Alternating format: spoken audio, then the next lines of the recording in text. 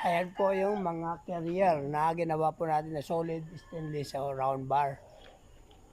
Baka po mayroong gustong magpagawa sa inyo. Ayan po, pwede po tayong gumawa rito.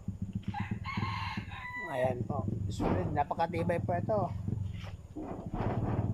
Napakatibay po nung ating ginawa. Ayan pa po. So, bali dalawa po yun. May nag-order po sa atin dalawang kasama sa tuda.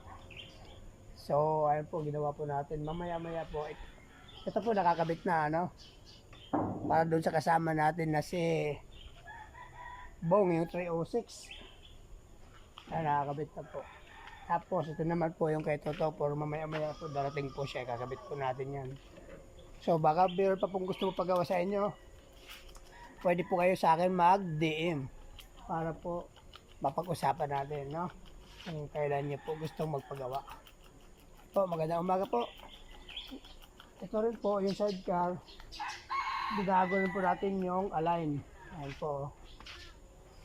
Yung align, tinanggal po natin yun. Naantay po natin yung may-ari ng kanyang barako, motor. Barako po yung align dito, ikakabit. So, naantay po natin yung may-ari. Bukas po, coding po siya. So, bukas kakabit na natin yung kanyang motor. Naka-align na po yan. Yung height niya na gusto, ay na po, binago na po natin yung height ito. Yung side wheel, binago na po natin yung pagkakalagay. Yan na po. Ready na po yan para kakabit po bukas. Okay, magandang umaga po ulit. Maraming salamat po ulit. Mga katapi dyan, tapians.